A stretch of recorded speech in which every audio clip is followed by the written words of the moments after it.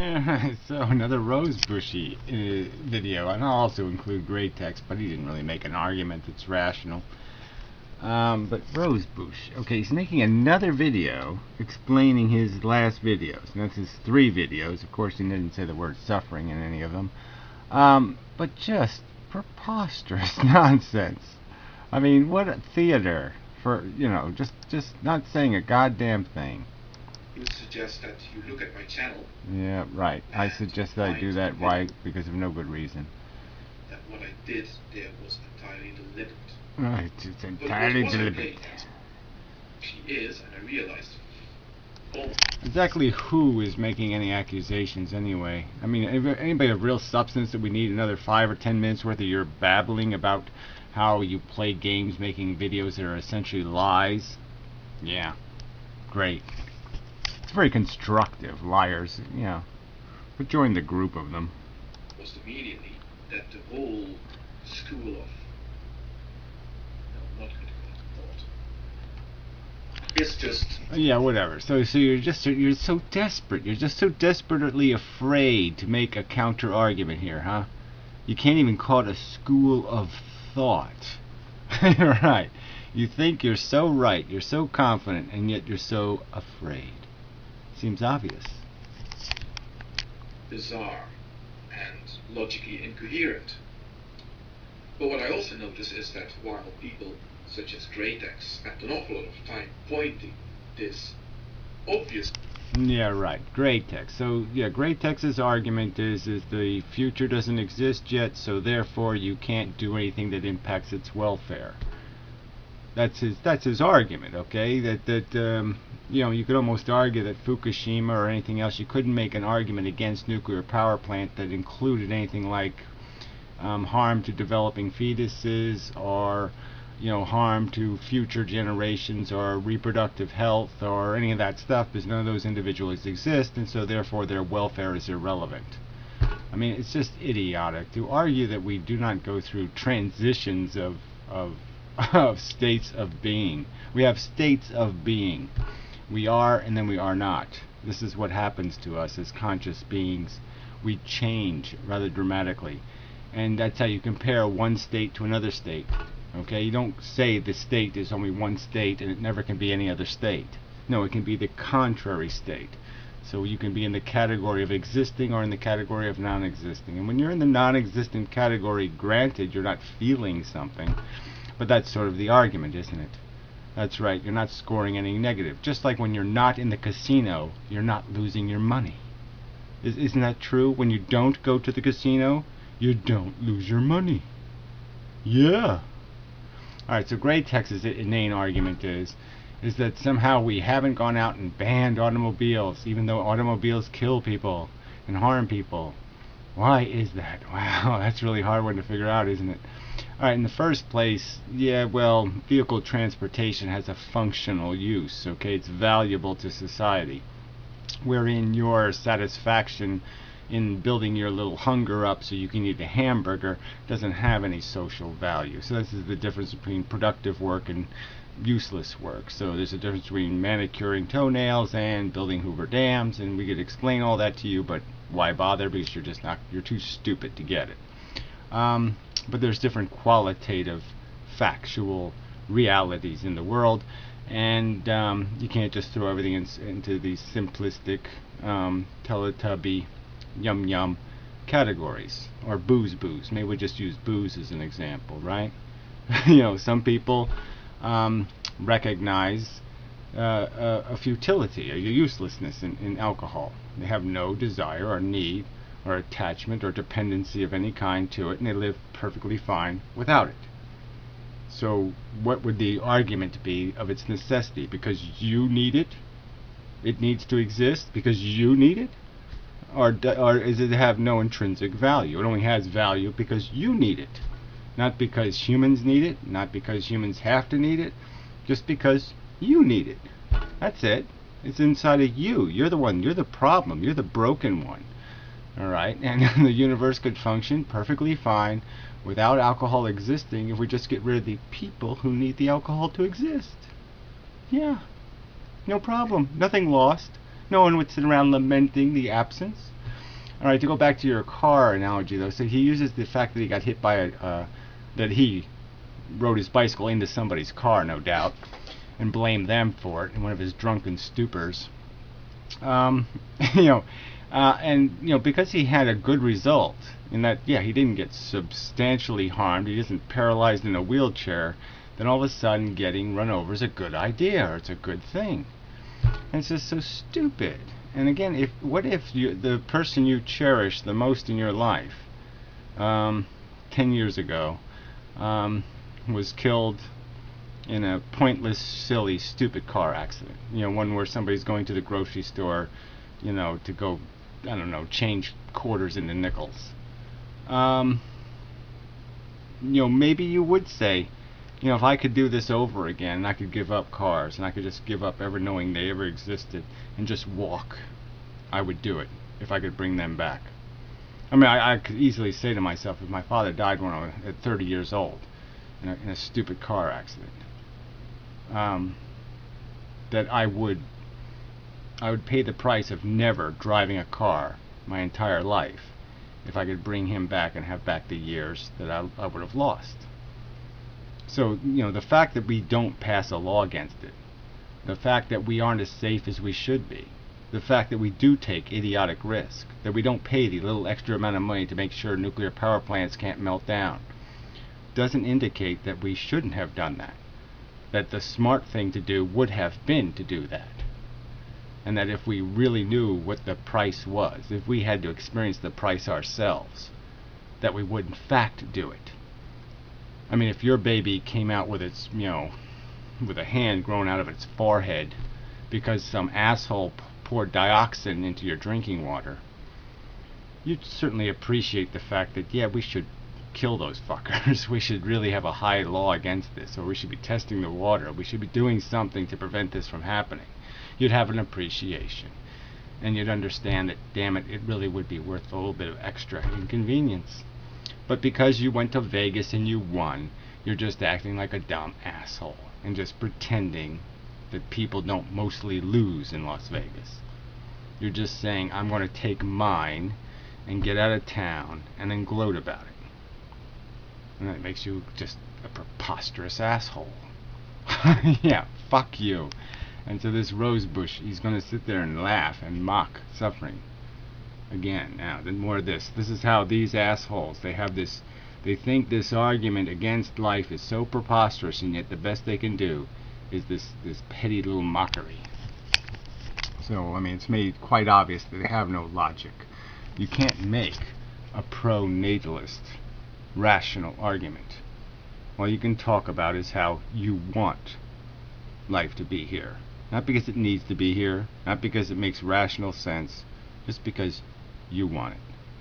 In fact, out to the antinatalists, there's no image here, is there? It was nope. Not getting through the thick skulls. Thick skull. And that is why I made the video the way I made it. Because I presented an argument, I called it pro-natalism. Yeah, well, why don't you make the real pro-natalist argument so we have something to compare it to. So make the legitimate pro-natalist argument so we have something, so we can say, oh, now I can see the flaw in the anti-natalist argument, because it's nothing like this pro-natalist argument. It's this real one. So why don't you show us the real one to demonstrate some sort of integrity here, shitwit. And I tried, at least, to base the argument I presented that I called pro-natalism, even though it has nothing to do with the actual philosophical position called natalism, that it's also sometimes called pro-natalism. I just called it that because I was lazy and I just wanted to give it a name that indicated that it was opposite to entity. Yeah, well, whatever. Let's hear the opposite argument. Yeah, that's the whole point. If you're going to say some argument is ludicrous, then you should at least be able to articulate the alternative argument. You should at least be able to make one, silly person. Are you just going to say it's innately true because the DNA says so or something, or nature says so? What's the argument? Mock, ridicule. Okay, so shoot me. But I will. My pleasure. The way I constructed this so-called pro-natalism argument was on a similar logical mistake as the antinatalist argument. And the basic mistake... Here we come. So his argument's going to be that you can't do something like a better never to have been. You can't imagine different states of being. You can only legitimately imagine the state that you are. That's it. So anything else that you aren't right this second, you can't imagine the future, you can't imagine the past, you can't imagine any alternative state besides this state, and that's it. And that's as far as your imagination should function, and that's as far as reality functions. When you're dead, you're not actually dead, you're still alive, because you can't become dead because it's an imaginable state. Once it's an imaginable state of non-existence, well, that would be impossible, so the whole universe should explode, right? So that's just a stupid, idiotic argument. Of course, we can imagine not doing something. We can imagine not being at the World's Fair. We can imagine not being... I can imagine I'm not at the Grand Canyon. And then I could imagine I am at the Grand Canyon. And the two are different things, but I can imagine them both. Idiot. Think that both the real antinatalist argument and my false, my spoof pronatalist argument are based on is the choice by the thinker to attribute value of any kind, whether it's positive, negative, or even, as one of the idiots called it, the great neutral, to not existing, to non-existing. Right, so he's basically just said that you can't give value to not going to Las Vegas and not losing all your money. You can't give value to not getting drunk and not running over the neighbor's kid in the driveway. You can't give positive value to any negative thing you prevent happening in the future because it isn't now happening. And that's how completely empty his argument is, that there is no alternative state to compare this to because he will not allow the existence of the that. He will deny the existence of the alternative empty space even for the purpose of doing the math. He will not allow us to write the zero or the minus sign. He will just say all you can do is do math in these positive numbers and I won't allow you to go anywhere else. I won't even allow you to use the eraser on the pen. I mean, it's just preposterous. Existence, non-being. That is the big mistake. That is the big mistake on which the whole antinatalist argument hinges. That is the thing that Great X, for example. Right. So when in these people's minds, you cannot say something like to create something into existence. So if I breed rats and then torture the rats meticulously and thoroughly, I'm not responsible. I didn't make the rats. I didn't make their future implications. Neither one. Well, maybe you'll say the future implications are my creation, but I certainly didn't create the rats. Even though I did, obviously, create their existence. I bred them. I made them. They exist because I put them here. The negatives that they will endure will be imposed on them by me.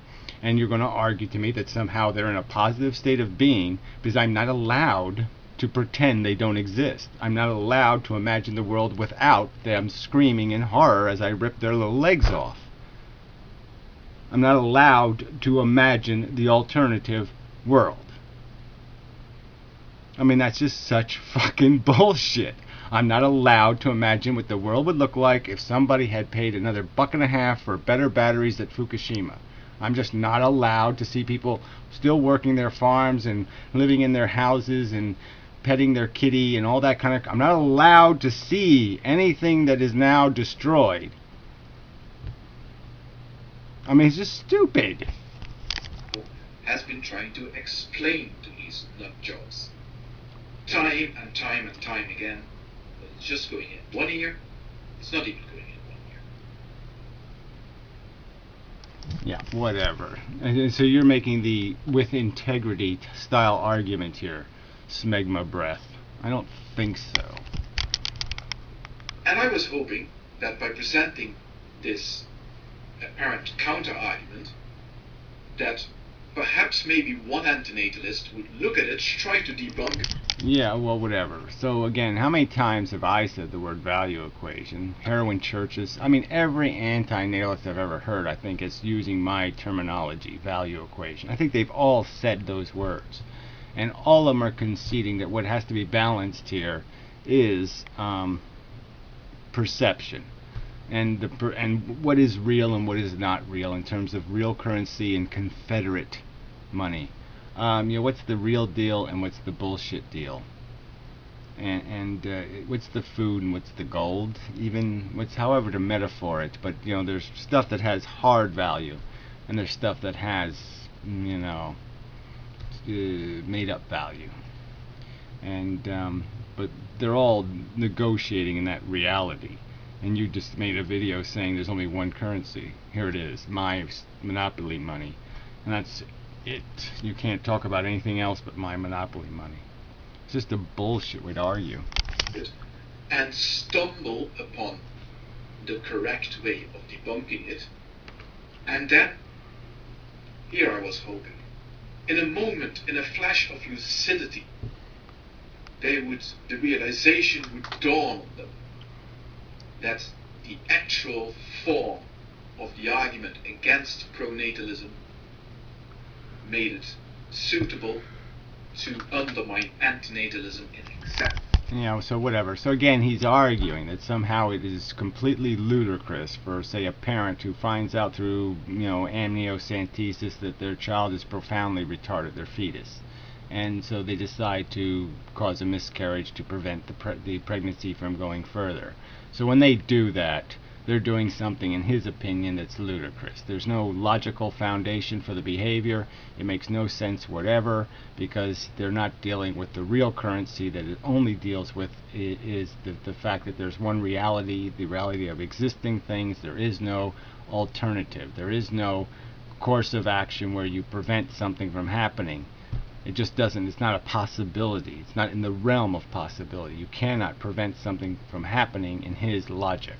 It's impossible. It'd be silly to have an abortion because by aborting the fetus is still going to live. Yeah, that's how idiotic it is. In the same way. I don't know whether I have gotten through to anybody doing that, but I see no indication. But just in case the argument itself, or in case it still doesn't make sense to you. Yeah, whatever. I mean, even if we gave him the broadest benefit of the doubt here, again, no one's arguing that a non-existent is sitting somewhere eating pie going, God, I'm really happy I don't exist.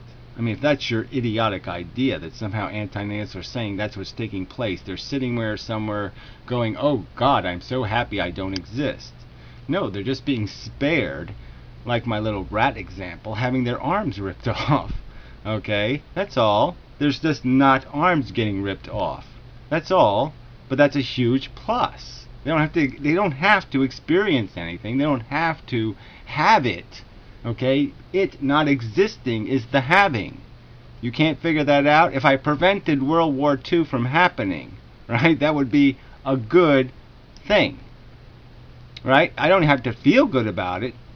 Right? It just has to be a thing. The thing is valuable in and of itself. The war ending is the thing that's good. How I feel about me doing it doesn't make any difference whatsoever. Oh, God, you're dumb. I think the best way of maybe illustrating what I mean is by the little comment exchange I had only a short while ago. Yeah, well, why don't you point to the one on your last video where the guy is just asking you to please explain how there's not a difference between having a baby and not having a baby. With somebody who calls themselves Tranquil87. And I mean, he's so ignorant on this subject, he doesn't even know who Tranquil is. I mean, come on. Gee, that's so bogus. So you know that Great Text and Barklord and all these other people know what they're talking about, and you don't even know who Tranquil is, who's not an antinatalist, which is the funniest part of this. Well, not in the traditional sense. It starts out with a repetition, because that's all it is. They keep repeating the same. They even almost use the same terminology. It's like a mantra to these people. Right. Okay. So everybody kind of knows that me and Tranquil don't agree on anything, right? And so he's just put us in the same religion, and you know, I mean, I have him blocked as blocky as I could block him. I haven't got any good, nice thing to say about him. I mean, it just isn't this ironic? Now he's associated with me, and I'm associated with him. Somehow we're in the same club. Brilliant, Rose Bushki. You be dumber than I thought. Yeah, I'll come back to this. Let's get this over with and such. Non-existence is preferable to the miserable affair that is life. I think there are very few variations on that particular sentence. It seems to be that that is what their whole life philosophy is hanging on. Right. So again, it's not reasonable to compare, to put things in the category of could be, will be, won't be, can't be. None of these categories are correct. The only one that matters is the what is. If it's not in the what is category, there's nothing else there's no other conversation. Period. You don't even have a conversation about how many kids you have or what you do tomorrow or nothing. And that tomorrow doesn't even exist because it's not today. You know, something like that. I mean, really, you're just this stupid. You can't understand how things change. Second by second, the universe changes into different states, and that we have control over what states it'll change into. And that those state changes have a consequence, positive and negative. You can't understand that. State changes have a consequence that can be positive and negative. State changes have a consequence that can be positive or negative. And then he quotes somebody called E.M. Kieran, and it is a beautiful statement. Listen to this, folks. If it is true that by death we once more become what we were before being, that is just incoherent. Yeah, well, whatever. I mean, it's incoherent to imagine the fact that, okay, being nothing is where I was forever, and I don't have any, doesn't seem to have hurt me any. And I'm sure it's not hurting the Martians and the Plutonians and the Saturnites and the Moonerites. Moonerites? Yeah, Moonerites. You know, they're not in some purgatory somewhere going, oh, I don't exist. I mean, every cartoon character that could be imaginable. We can just go down the list of all the things that don't exist. And that, but the things that could be, those scenarios are realistic, reasonable things to compare to reality. Things that are in the category of could be, that have a consequence on what will be and on the welfare of beings that are, is just perfectly reasonable to recognize the fact that you wouldn't impose harm, that you wouldn't create something for the purpose of harming it. It's reasonable. So you cease to exist, and by doing so you become what you already were before you existed. Well, duh, right? You know, really. Yeah, really. Duh. The state change. You go from being conscious to being unconscious. That's what you were before you became conscious, is unconscious. You can't follow that simple little chain of logic? And the more important chain is I didn't choose to get here. So if I don't stop the creators of the non-choosers, the people imposing on the non-choosers, then I'm inevitably going to be regenerated in some form or another. Something close enough to what I am will be again forced into existence by some asshole with an idiotic notion in their head. And again, you're the one that has the burden of proof. You're the one asserting a right to impose. So defend the right to impose. See how the big logical fail in this particular case is that these people seem to think that non-existence is a state of being. That's what it all boils down to. That's what... No, they don't think non-existence is a state of being, but they think and they understand that there is an alternative state to existing, and that is not existing, okay? So you don't exist in non-existence, but non-existence is the alternative to existence. So you have to concede its existence just because of the fact that one has existence, and so you have to make the other one just to make to do the math rationally. So you have to create the zero, the empty space, whatever you want to call it. Come on, play. Fuck you, YouTube, you suck. Come on, let's just finish this stupid piece of shit video. I hate YouTube in the morning. Oh, come on, you're gonna play the ad again? You fucking cunt. So I was really excited to switch my Droid Racer. Yeah, right, keep playing the corporations, you bastards. Is that they think that non-existence is a state of being. And E.M. Kieran continues, would it not have been better to abide by that pure possibility, not to stir from it? What would be stirring from where? What use was this detour, when we might have remained forever? Remained where? In an Yeah, well, again, so you don't understand the logic of somebody having an abortion if their baby is deformed. You don't think that's logical, that's rational, that's sensible. They're not sparing a child harm and brutality by doing that. I mean, you really don't think there's any such thing as anything better off not had to have been. You think no matter what happens to it, it's better off being than not being, because not being is a non-existent, non-possible state of being. I don't know. I mean, to me that just sounds like the biggest pile of fucking shit. Yeah, you're too stupid to breathe. Plenitude. E.M. Kieran was insane. But just in case even this doesn't help you understand how badly the argument fails, let me read out to you the response I posted to this. Oh, gee.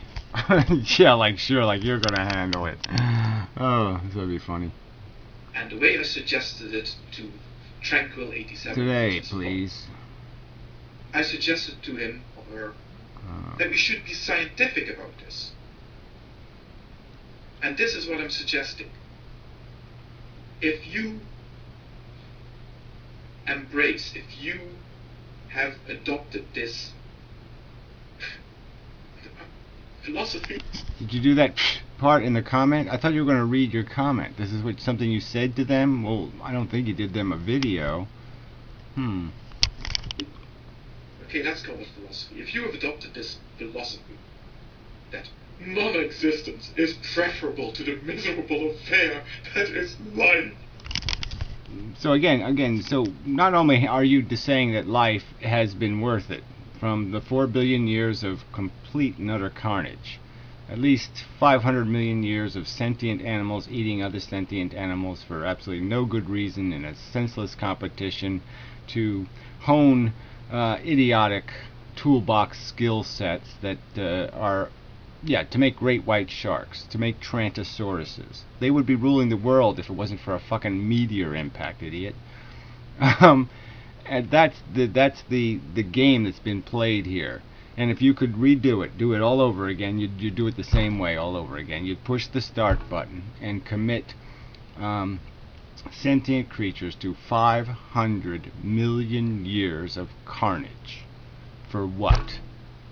So some pompous ass like you, some fuck-brained nitwit, could just sit there and make this inane argument that there's no point in talking about preventing a harm. There's no point in talking about curing a disease, because you can't change anything apparently. Because there's no other state but the is state and the will be state. There is no alternative state. Idiot. Then let's do a scientific experiment. And this is the experiment. If that is your position, if you embrace that philosophy, then do this for me. You cease to exist. And then you let me know how you like it. Yeah, that's right. We don't have imagination. We can't imagine riding a roller coaster. We can't imagine squeezing up an elephant's trunk.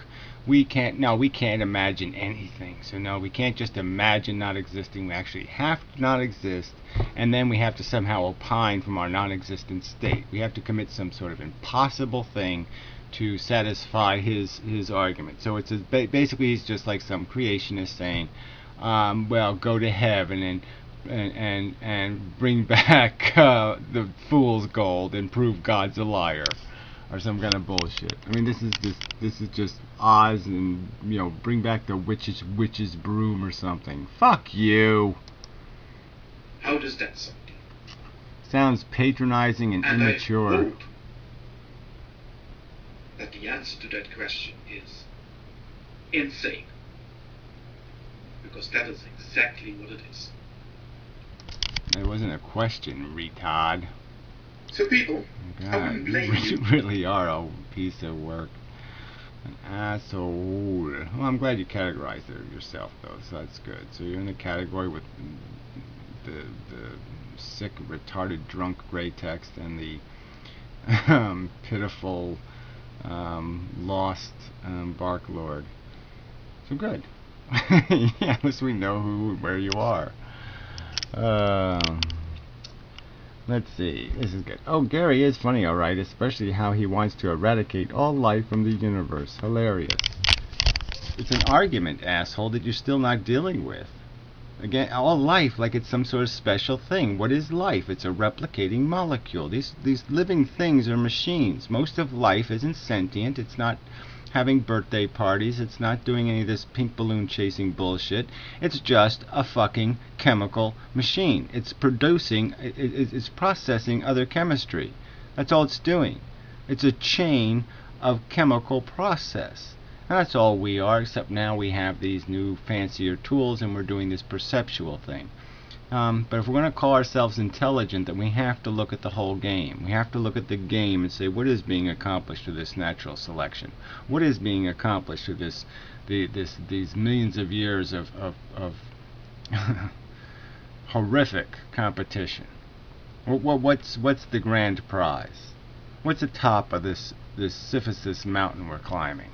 Oh, that's right. Not a goddamn thing. So, fuck you, idiot. And such.